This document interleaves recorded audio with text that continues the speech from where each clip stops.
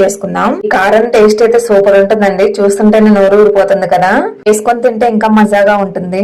ఎర్రకారాన్ని prepare చేసుకోవడానికి ఒక గిన్నెని పెట్టేసుకుని అందులోకి 10 వరకు ఎండుమిర్చిని యాడ్ చేసుకుంటున్నానండి.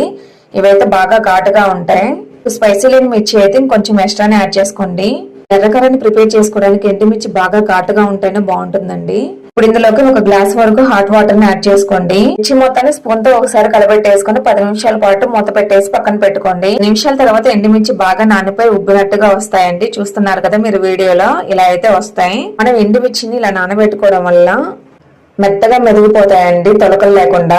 ఇప్పుడు ఎండుమిర్చిని వాటర్ లేకుండా ఓన్లీ మిర్చి వరకు తీసేసుకొని ఒక మిక్సీ బౌల్ లో పెట్టేసుకొని అందులోకి యాడ్ చేసుకోండి. మిర్చిని యాడ్ చేసుకున్న తర్వాత 2 మీడియం సైజ్ ఉల్లిపాయలు ఇలా ముక్కలుగా కట్ చేసి వేసుకోండి. ఇందులోకి ఒక టమాటోని ఇలా పీసెస్ గా కట్ చేసి వేసుకోండి. ఇందులోకి 7 నుండి 8 వెల్లుల్లిపాయ రబ్బలు, అలాగే 1/2 table spoon salt, 1 table spoon జీలకర్ర కూడా యాడ్ చేసేసుకుని మూత పెట్టేసి మొత్తం